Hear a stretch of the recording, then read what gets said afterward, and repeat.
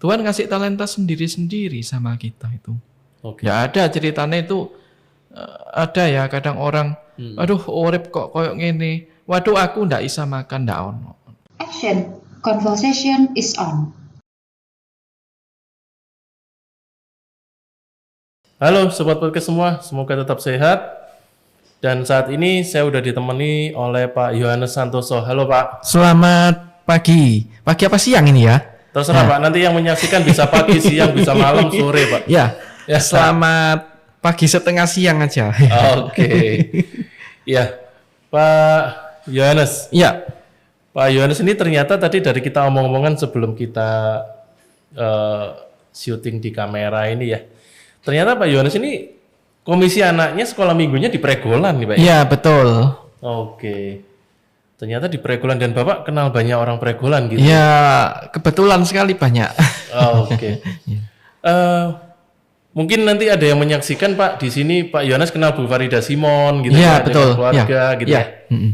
Terus kenal juga dengan almarhum Bu Heni. Bu Heni Ya, Sasabone gitu ya. betul ya. Itu yang guru sekolah minggunya Pak Yohanes tuh ya. Ya guru sekolah minggu, ya guru sekolah, ya memarahi saya karena kenakalan saya. Ya. Apa Pak nakalnya Pak? Waduh, kalau nakalnya ini, waduh, nggak bisa disebutkan satu persatu. Nanti sampai besok nggak selesai. Oke, oke Pak. Pak Yohanes dulu tinggal di Surabaya gitu ya. Iya betul. Terus begitu pindah ke Sidoarjo gitu ya. Iya betul ya. Pak Yohanes, boleh saya bertanya sedikit? Pak? Boleh ya. Untuk ini deh, untuk pribadi Pak Yohanes deh. Pak Yohanes ini, mohon maaf, tunanetra ini sejak lahir kah atau enggak Pak? Jadi saya tunanetra sejak lahir gitu. Oke, sejak lahir ya Pak ya. Terus Pak, dalam perjalanan ini kira-kira bagaimana Pak? Pak Yohanes tahu kalau Pak Yohanes tunanetra seperti itu Pak. Ada rasa marah nggak Pak waktu itu Pak? Atau Jadi seperti apa? waktu saya diberitahu mama papa saya kalau saya tunanetra ya saya enjoy aja gitu loh. Oh gitu. Kemudian saya masuk di SLB YPAB ini itu tahun 1983 kalau nggak salah ya. Oh gitu. Oke. Nah waktu itu saya kenal sama Ibu Heni waktu itu masih sebagai guru ya, belum sebagai kepala sekolah waktu itu. Iya. Oke. Pak Yohanes pada waktu tahu Pak kalau Pak Yohanes tunanetra gitu, apakah Bapak nggak merasa ini Pak? Tuhan kok saya nggak bisa ngelihat sih dan sebagainya seperti itu Pak? Sebenarnya enggak sih. Gitu ya? Cuman di kemudian hari saya sempat berpikir, waduh ini tunanetra ini nanti besok-besok ke depannya itu katanya orang itu besok ke depannya pasti kerja. Oke. Saya mikir, ya besok-besok saya kerja apa kira-kira yo. Oh gitu. Iya, gitu loh. Ada yang ngomong, jadi guru. Nah, kayak kita ini loh, kebetulan di YPAB guru tunanetra juga banyak gitu. Oke. Ya. Oh iya ya, betul juga jadi guru boleh. Terus ada yang nyarankan saya, kebetulan itu ya juga guru YPAB juga mengajar kesenian. Oh, Nas, kamu kalau iso main piano, besok-besok kamu jadi pemain piano, enak gitu. Oh iya tak Pak? Iya enak sungguhan. Oh gitu ya Pak ya. Terus kerjanya apa Pak? Saya tanya gitu. Ya kerjanya main di restoran-restoran, main di hotel-hotel bintang. Enak kamu nek pinter kamu, waduh disenengi orang. Loh iya tak Pak? Waduh berarti saya harus tak belajar piano nek gitu wis gitu. Oke. Itu awal mula Pak Yohanes seneng dengan piano, Iya, dengan keyboard gitu ya. Saya seneng dengan piano itu memang awalnya begitu. Kok enak ya main piano gitu loh. Terus ternyata saya diberitahu guru saya, oh nanti bisa main di restoran dan hotel bintang 5. Waduh, iya juga ya. Oh, tak belajar kalau gitu Pak, tak belajar Pak. Oke. Jadi seperti itu. Iya. Nah, Pak Yohanes, eh, berapa lama Pak Pak Yohanes ini belajar piano, keyboard gitu, dan itu otodidak atau diajarin atau gimana Pak? Atau les gitu Pak? Gini, awalnya itu saya otodidak ya, otodidak gitu. Jadi saya mulai kalau nggak salah kelas 5 ya. Kelas 5 itu saya sudah bisa main piano walaupun mainnya genjreng gitu ya. Yang penting udah bisa lah gitu loh. Oke. Terus lama berkembang, terus belajar dari teman-teman yang awas juga, yang mainnya lebih pandai lah katakanlah. Iya. Ya itu. Nah terus tahun 2000 saya sempat belajar di Maestro Jazz Indonesia Om Bubi Chen. Oke. Ya itu saya sempat belajar sama Om Bubi itu 4 tahun. Ya. Gimana caranya Pak ketemu dengan Om Bobi Pak waktu itu Pak? Nah, waktu itu gini, saya kan kebetulan kan juga penikmat jazz. Oke. Ya, Ya, saya juga ya. penikmat jazz. Rasa lho, piano ini kok enak sangar gini. Wah, terus saya dikasih tahu teman saya, oh ini, Nas, kalau di Indonesia ini Maestro Jazznya Om Bubi Chen, almarhum Om Bubi. Iya. Oh iya ta. Terus saya selidiki. Alamatnya di mana? Alamatnya di Surabaya. Loh, Surabaya mana? Waduh nggak tahu Nes. Oh, saya waktu itu kan di SS itu kan ada acara namanya Jazz Traffic di Radio Surabaya itu. Iya. Nah, di antaranya ada Om Bubi. Yang waktu itu ngisi. Ya, di antaranya ada Om Bubi.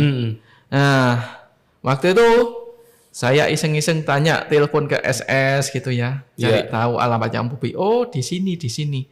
Oke.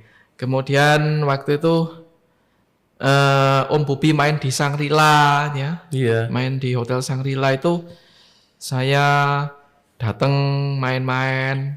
Nah, ketemulah sama anaknya Om Bubi, Koko Howi Chen. Oke.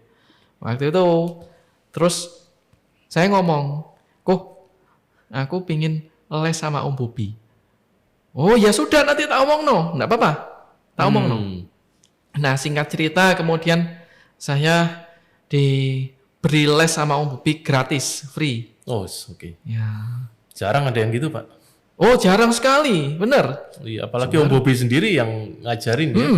Jarang gitu loh, bener. Memang dan kesempatan ini enggak semua orang dapat gitu loh. Iya. Enggak semua. Iya. Itu. Oke. 4 tahun Pak ya belajar ya. Ya, betul, 4 tahun. Dengan 4 tahun belajar itu bahwa ya mungkin sudah suatu kebanggaan Pak Yohanes nih. Iya. Seperti itu. Nah, Pak Yohanes, berarti pihak-pihak yang berjasa sampai dengan saat ini salah satunya adalah almarhum Om Bubi Chen gitu ya. Iya.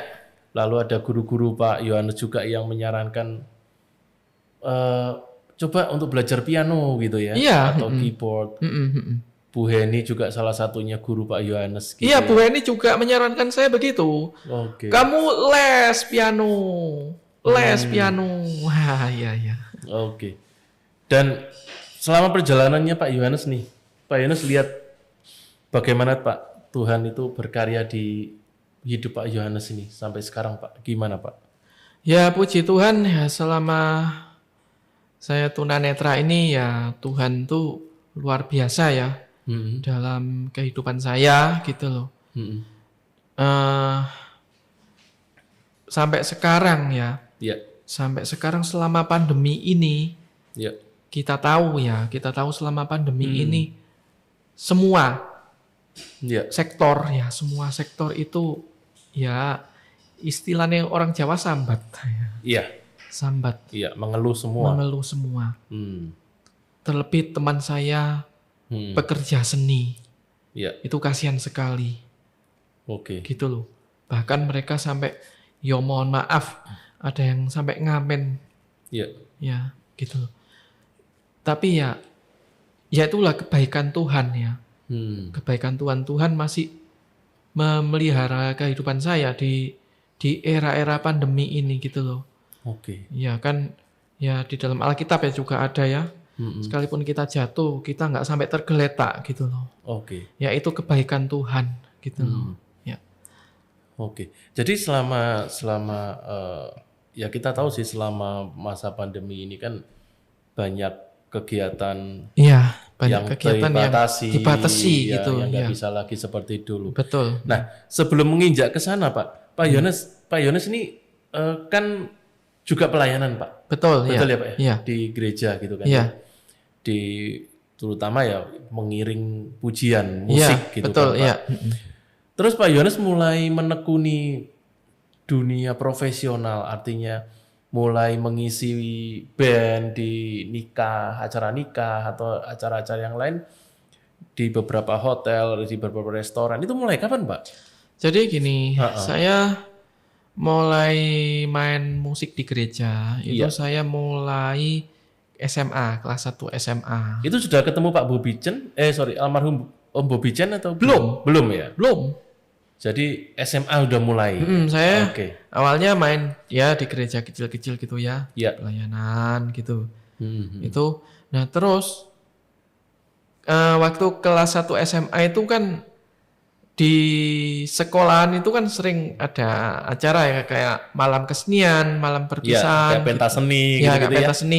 Itu saya isi. Oke. Ngisi. Nah terus, guru-guru, kebetulan saya kan di SMA umum ya, SMA umum di SMA Bayangkari di Ahmad Yani. Guru-guru itu kok tertarik sama saya gitu loh. Nah terus ada salah satu guru yang ngajak saya suruh main Oke. di kampungnya acara Kitanan. Ya. Oh gitu. Ya saya terima aja. Oh iya Pak, wis saya nggak tahu ya waktu itu main musik ikut bayarannya piro, honore piro, wis babano wis pokoknya aku seneng. Penting main. Iya, aku penting main gitu loh. Oke. Itu waduh kebanggaan saya tersendiri gitu loh. Kenapa kebanggaan, Pak? Ya gini, artinya gini loh. Terus kemudian ya sama guru saya dikasih uang saku dikit-dikit gitu ya. Oke. Jadi artinya kebanggaan gini, oh gini ta main musik itu. Oke. Waduh, berarti aku tak rasa-rasa no ya bisa cari uang dari musik ya. Oke. Akhirnya saya coba gitu loh. Ya, Itu selama SMA dipanggil guru-guru. Ya guru A, guru B, guru C itu manggil saya, enggak tahu itu di rumahnya, enggak tahu itu di gedung mana gitu. Ya. Terus mari gitu ya dapat uang saku gitu ya. Oke. Aku seneng sampai teman-teman saya begini. Wah, berarti duitnya Yohanes sih wah kayak. Oke. Terus mulai tertarik karena memang ternyata dari apa ya? Dari talenta yang Tuhan kasih ini bisa menghasilkan istilahnya menghasilkan berkat. Iya, gitu ya. betul. Terus apa ya di gereja kecil walaupun ya dikatakan itu namanya persembahan kasih. Iya, Oh, ternyata ya ini ya. Jadi berkatnya musik itu berarti Tuhan ngasih saya talenta main musik ini ya untuk jadi berkat dan ya untuk cari berkat. Oke. Gitu. Iya. Nah, Pak Yones, tadi kan ada semacam apa? Pak Yones bergabung di Persekutuan Siloam ya, Pak ya. Nah, itu kegiatannya apa aja, Pak? Di situ, Pak Yones. Jadi gini, di Siloam itu persekutuan doa tunanetra. Oke. Ya. Iya. Jadi saya aktif di Siloam itu sebenarnya saya aktif itu sudah mulai SMP. Oh, SMP. Iya. Oke. SMP kelas 1. Iya. Waktu itu almarhumah Ibu Heni Sasabuni Iya. itu masih ada. Oke. Terus itu waktu itu persekutuannya itu masih keliling kalau nggak salah ya. Maksudnya dari rumah ke Dari rumah? rumah ke rumah, Oke, ya. dari rumah ke rumah. Kemudian ada tempat persekutuan di Ketintang Baru itu kalau nggak salah tahun berapa saya lupa. Iya. Nah, pokoknya intinya saya sempat bukan nggak aktif ya, bukan nggak aktif. Vakum ya, vakum. Iya. Vakum ya nggak pernah datang dan sebagainya karena ya mungkin pekerjaan atau waktu itu saya SMA sekolahnya kan ya juga masuk pagi dan siang gitu loh sehingga menyebabkan saya nggak bisa aktif gitu loh. Ya itu. Nah terus kemudian saya aktif di Siloam lagi itu tahun 2013. Nah, Oke, 2013 gitu, ya. jadi kegiatannya ya ada persekutuan doa. Ya. Ya kadang pernah ada retreat kok. Oh Pernah gitu. juga ada retreat gitu. Nah, Pak Yohanes, Ya. kalau oh ya, sebentar. Ini Pak Yohanes ngiringin musik di acara-acara sekarang ini atau dulu misalnya di pernikahan atau di hotel dan sebagainya. Itu ada satu tim atau Pak Yohanes Tergantung gitu? permintaan. Kalau dulu Ya. itu saya sih ini nurut-nurut aja gitu loh. Nurut-nurut aja tuh gini wes minta Pak Yohanes main di hotel A. Oh ya sudah main, udah tinggal gitu. Tapi selang berjalannya waktu saya belajar dari teman-teman. Ya. Oh jadi reader band enak. Oh iya oh reader band begini. Akhirnya saya coba-coba bentuk-bentuk grup sendiri dan sebagainya gitu untuk main-main di event-event wedding gitu. Terus bekerja sama dengan sound system dan sebagainya gitu. Iya, jadi kalau misalnya pas ada order IO dan sebagainya bisa manggil gitu ya Bisa, Pak? ya bisa. Oke. Tapi kalau nyanyinya gimana Pak? Tadi di video kita lihat suaranya enak loh Pak. Beneran enak Pak? Kalau nyanyi itu untuk belakangan aja deh.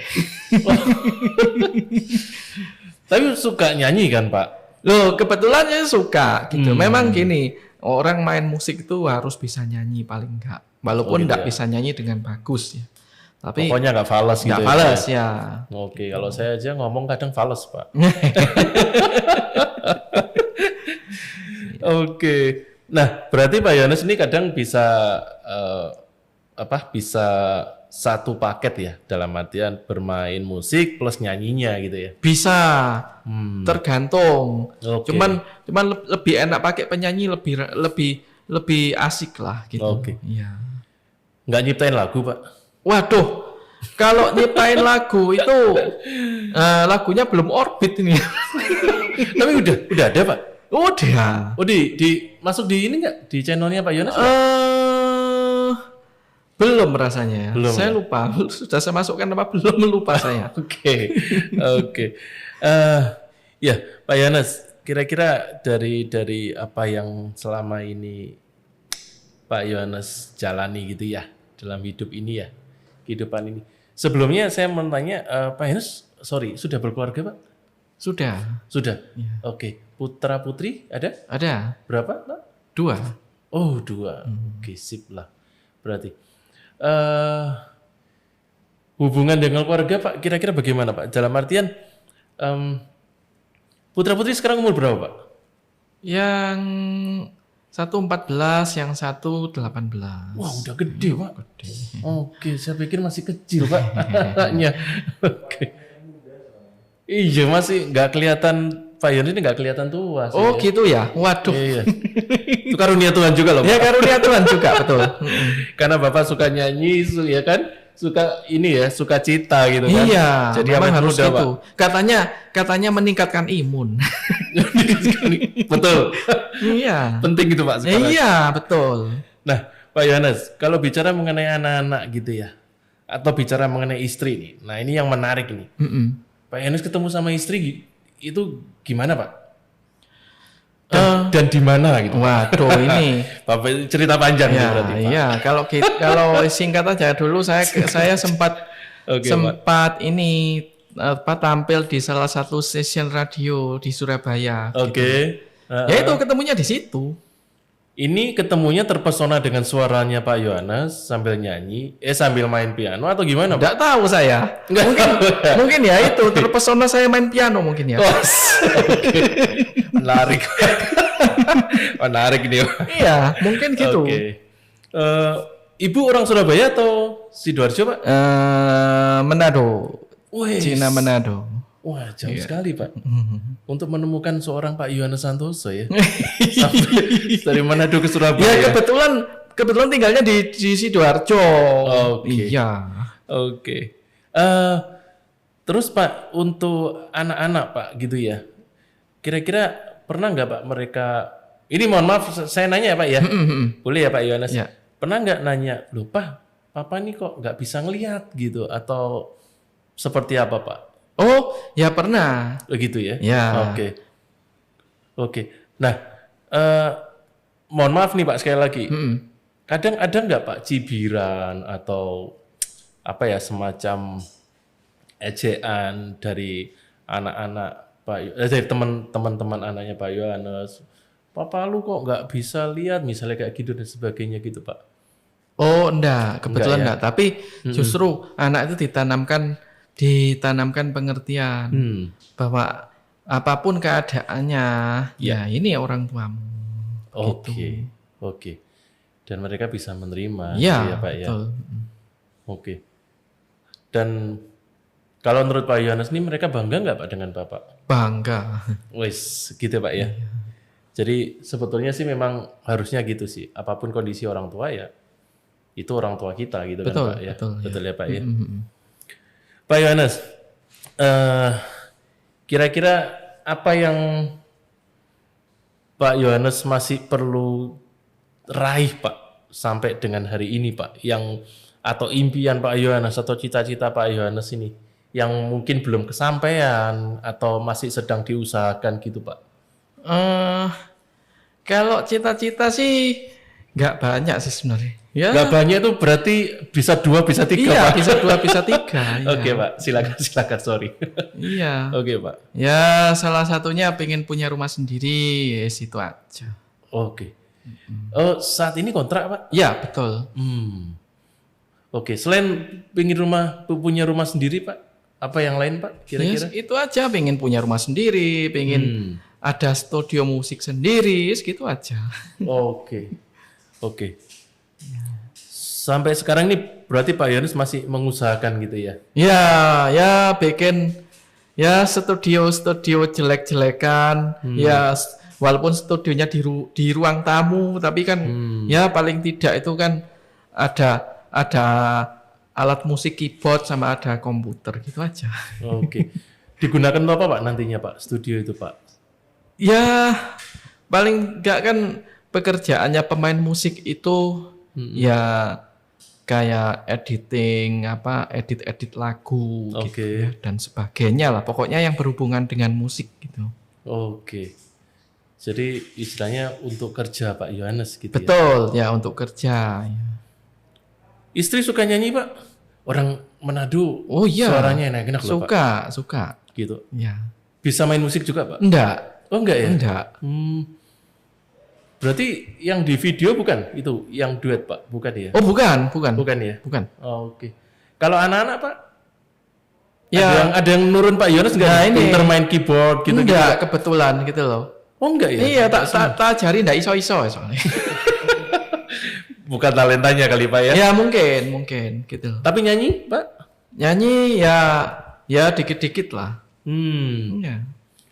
Oke, berarti Pak Yohanes doang nih yang sama istri ya yang ada darah seninya gitu ya. Oke. Pak Yohanes, sebelum kita selesai nih diskusinya sedikit banyak. Pak Yohanes, pesan apa sih Pak? Mungkin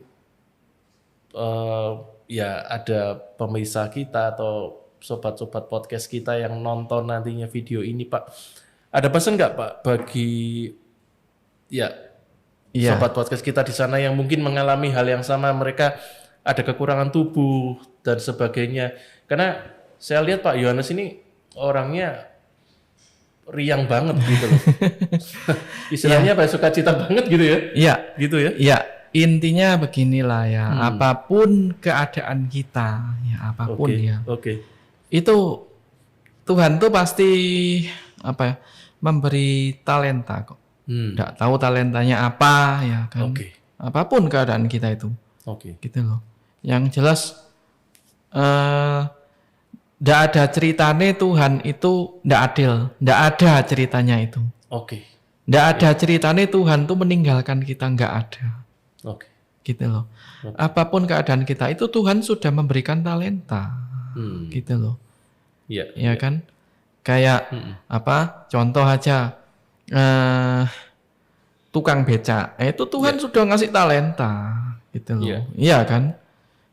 Betul. Kuli bangunan. Nah, Tuhan sudah ngasih talenta. Belum tentu orang lain bisa seperti kuli bangunan itu. Iya, iya. Gitu loh. Jadi Tuhan ngasih talenta sendiri-sendiri sama kita itu.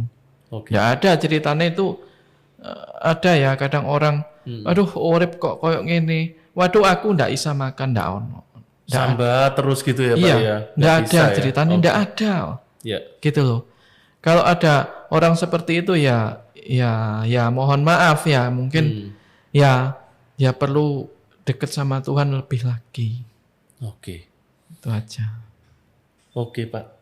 Saya rasa ini yang paling penting sih Pak ya. Iya, betul. Dari apa yang Pak Yones sampaikan ya bahwa apapun kondisi kita itu yang sudah Tuhan kasih yang terbaik gitu ya Pak ya. Betul. Ya memang gini, Hmm. dengan keadaan seperti ini, pandemi seperti ini, memang secara manusia saya takut. Memang Oke. itu manusiawi memang. Iya. Iya kan? Iya. Waduh, besok iki makan opo? Iya. Waduh, iki gak ono duit. Iki ya apa besok? Itu manusiawi gitu Iya. loh. Iya.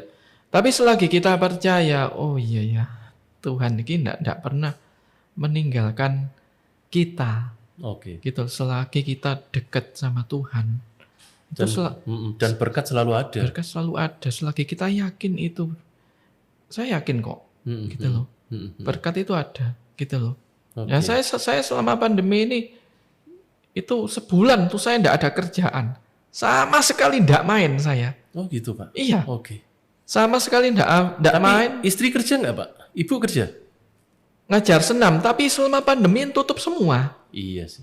Oh iya. Enggak.